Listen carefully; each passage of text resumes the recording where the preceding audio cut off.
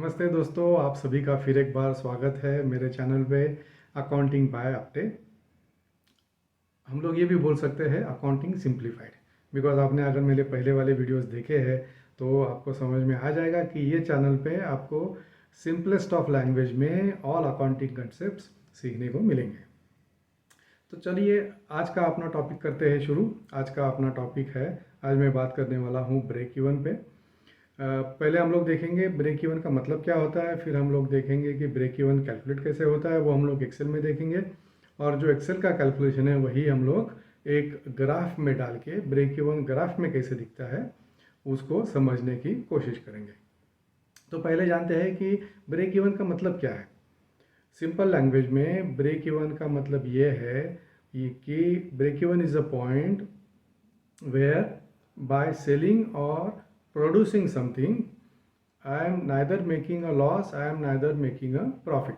मतलब मेरा sales value और मेरा कॉस्ट दोनों ये लेवल पे आएंगे कि जहाँ पे मुझे ना प्रॉफिट होगा ना लॉस होगा। It will be a 0-0 situation. In other terms we can also say कि cost is equal to revenue. ये लेवल है जिसको लेमैन्स लैंग्वेज में हम लोग ब्रेक इवन बोल सकते हैं। ब्रेक इवन कैलकुलेट करने के लिए हमको 3 फिगर ज़रूरी है। एक है फिक्स कॉस्ट जो हमेशा फिक्स रहेगी, आप कितना भी सेल करो कितना भी मैन्युफैक्चर करो वो कॉस्ट फिक्स रहेगी। दूसरा है वेरिएबल कॉस्ट। वेरिएबल कॉस्ट क्या है? Variable cost according to the production और अकॉर्डिंग टू द सेल कम ज़्यादा होते रहेगी। प्रोडक्शन कम हुआ कॉस्ट कम होगी, प्रोडक्शन बढ़ेगा कॉस्ट बढ़ेगी। और तीसरा है सेल्स। ये 3 फिगर हमको ब्रेक इवन कैलकुलेट करने के लिए चाहिए। ब्रेक इवन के पहले क्या होगा, मतलब अगर मेरा प्रोडक्शन या मेरा सेल्स ब्रेक इवन के नीचे है तो क्या होगा, तो मुझे लॉस होगा। और जैसे ही मैं ब्रेक इवन पॉइंट क्रॉस करूँगा मुझे प्रॉफिट होना चालू होगा। ये ब्रेक इवन का मतलब है। और एक अगर सिंपल एग्जांपल लेना है, अगर कोई बर्गर बेचने वाला है, उसका एक छोटा सा दुकान है, तो उसको दिन में या महीने में उसका सब कॉस्ट रिकवर करने के लिए कितने बर्गर बेचने पड़ेंगे कि अगर उसने समझो एक्स अमाउंट के बर्गर बेचे then he would start coming in profit. अगर उसके नीचे बेचे तो उसको लॉस होगा। तो एक्चुअली बर्गर का ही एग्जांपल मैंने एक्सेल में लिया है, इसीलिए मैंने बर्गर का एग्जांपल लिया। तो without wasting any time let's go and see the example in Excel. तो चलिए बर्गर वाले को उसका ब्रेक इवन हम लोग कैलकुलेट करके देते हैं। इसके पहले ये एक्सेल फाइल थोड़ा सा समझ लेते हैं। उसका फिक्स जो खर्चा है वो मैंने यहाँ पे कैलकुलेट किया हुआ है।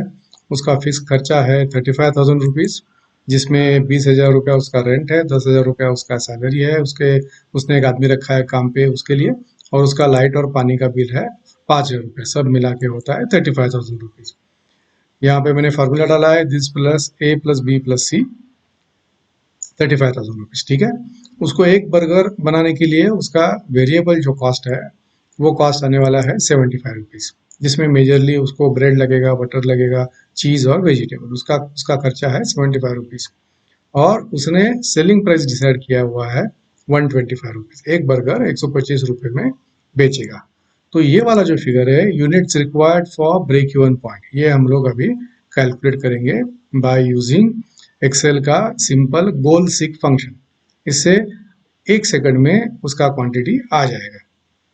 ये फिगर क्या है? ये figure is a sum of total fix cost plus variable cost. As of now उसका वेरिएबल कॉस्ट हमने 0 लिया है क्योंकि ये यूनिट हमको कैलकुलेट कर रहे हैं। जैसे ये कैलकुलेट करेंगे यहाँ पे उसका टोटल कॉस्ट आ जाएगा, सेल्स वैल्यू भी आ जाएगा और ये फिगर चेंज होगा। ठीक है। तो अभी गोल सीक फार्मूला हम लोग यूज करके देखते हैं कि उसको कितने यूनिट्स बेचने पड़ेंगे to reach a figure of 0-0, no profit no loss. Goal seek formula कहाँ पे मिलेगा एक्सेल में? ये डेटा है, डेटा में जाने का, व्हाट इफ एनालिसिस में जाने का, ये गोल सीक फार्मूला है वो लेने का। गोल सीक में 3 सेल एड्रेस देने पड़ते हैं। तो पहला है सेट सेल। सेट सेल में हमको क्या करना है कि हमको ये जो फिगर है 35,000 इसका माइनस इसको 0 करना है। ब्रेक इवन का मतलब क्या है? No profit no loss. तो ये फिगर ब्रेक इवन का क्वांटिटी आने के बाद जीरो होना चाहिए, तो ये फिगर हमको जीरो करना है। तो ये सेल एड्रेस देने का और बोलने का टू वैल्यू जीरो, मतलब ये वैल्यू हमको जीरो पाए, जीरो चाहिए। कैसे जीरो चाहिए? Bye calculating the number of units required. यहाँ पे अभी जीरो है, तो ये हमको कैलकुलेट करना है कि यहाँ पे कितना फिगर आएगा, कितना क्वांटिटी आएगा, तो ये फिगर जीरो होगा। ओके प्रेस करेंगे, सी 2 सेकंड के अंदर क्वांटिटी आ गया।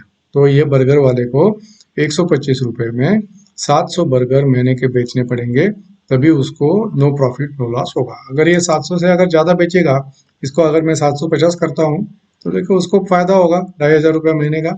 और अगर ये 700 से कम बेचेगा, इसको अगर मैं 650 करता हूँ, तो उसको लॉस होगा। समझ में आया? फिर एक बार देखते हैं, ये क्वांटिटी को जीरो कर देते हैं, डेटा में जाते हैं, गोल सीक में जाते हैं। गोल सीक यहाँ पे हमने लिया, क्या हमको सीक करना है? ये जो वैल्यू है, ये वैल्यू को जीरो करना है by changing the quantity in this particular cell. That means number of units कितने चाहिए, ये हमको कैलकुलेट करना है। ओके प्रेस करूंगा, ये फिगर आ जाएगा 750। ठीक है।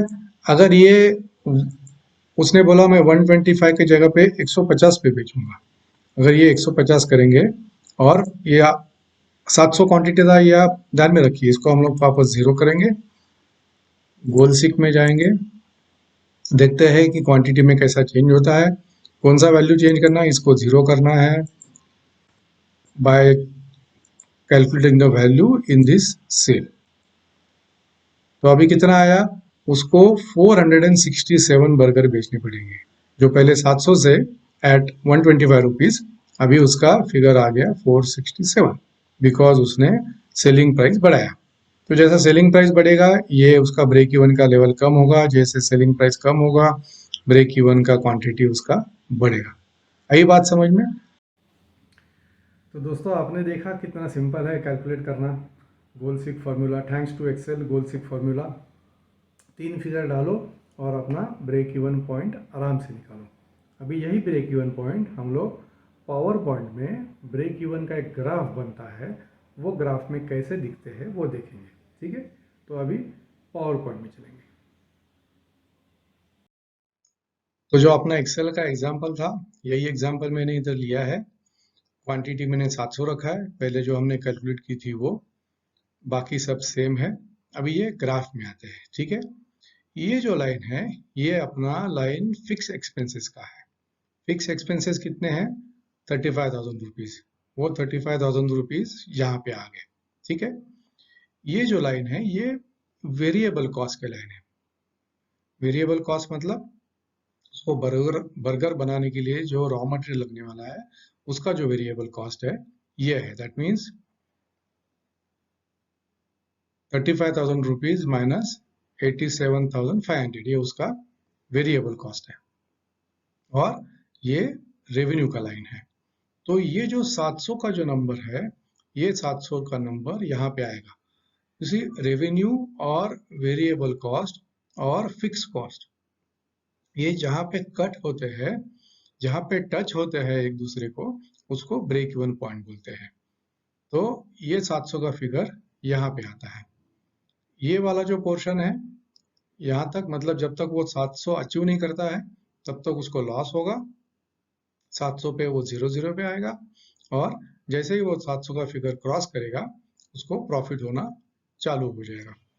जैसे उसका रेवेन्यू बढ़ेगा, you can also see the gap between cost and revenue starts increasing considerably.